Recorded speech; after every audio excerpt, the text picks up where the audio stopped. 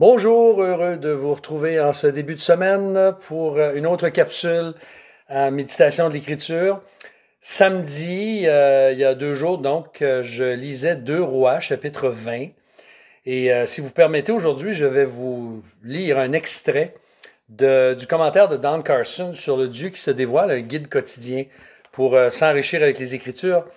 Et c'est l'histoire d'Ézéchias. M. Carson nous explique que 2 Rois, c'est un des chapitres les plus affligeants d'histoire. C'est un homme qui est décrit là, qui a été fidèle dans le passé, c'est le roi Ézéchias, et qui s'est égaré à la fin de sa vie en se complaisant dans l'égoïsme. Hier, dans l'étude de l'Épître aux Hébreux, j'ai parlé du sujet de persévérer jusqu'au bout, le danger de tomber dans l'incrédulité, dans l'endurcissement du cœur. Et voici ce que Don Carson nous résume dans son texte. Il dit, le roi Ézéchias règne sur Juda, le royaume du sud, dans les derniers temps du royaume d'Israël, au nord.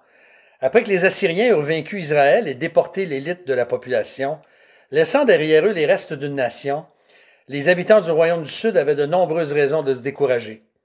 Mais de façon héroïque, Ézéchias, guidé en grande partie par le prophète Ésaïe, résiste au siège de la ville par les armées de Sennachérib, roi d'Assyrie. Et là, on connaît un peu l'histoire. Dieu a pitié, Dieu écrase complètement les ennemis. Et on nous raconte dans les chapitres précédents, au chapitre 18 et 19, combien Ézéchias était un homme dont le cœur avait été tout entier attaché à l'Éternel et qui n'avait pas agi comme les autres rois qui se compromettaient en affichant une obéissance superficielle à Dieu tout en conservant les hauts lieux et les autres sites du culte païen. Alors, Ézéchias, lui, avait purifié le pays, il fit ce qui est droit aux yeux de l'Éternel dans chapitre 18, verset 3. Et il avait même reconnu que le serpent de bronze, que Moïse avait fait dans Nombre 21, était devenu un piège pour les Israélites. Et là, le roi tombe malade, on nous raconte dans le chapitre. Il verse des larmes, il prie Dieu. Dieu décide de lui donner un 15 ans supplémentaire. Et c'est là où, pendant ces 15 années-là, il y a quelque chose de grave qui se produit. C'est que les Babylone envoient... il y a des envoyés du roi de Babylone qui viennent et puis, au lieu de chercher la face de Dieu, Ézéchias, il leur montre tout ce qu'il y avait dans son royaume. Alors, eux ont pris des bonnes notes et puis Babylone allait devenir justement une superpuissance. Il allait écraser Jérusalem et puis exiler ses habitants, à peu près un siècle après. Et ça, c'est bien sûr, c'est une grande faute d'Ézéchias, mais c'est pas la seule. Il y en a une autre.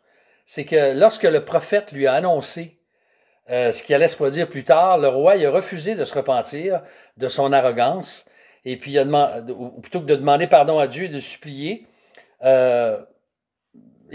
Ésaïe lui a dit que le jugement était reporté à une date ultérieure. Alors, Ézéchias refuse de se sentir responsable de ce qui va venir. Il répond au prophète, la parole de l'Éternel que tu as prononcée est bonne. Mais l'auteur nous dit, ce qui intéressait surtout Ézéchias, il pose la question à Ésaïe, il y aura paix et sécurité pendant ma vie, n'est-ce pas?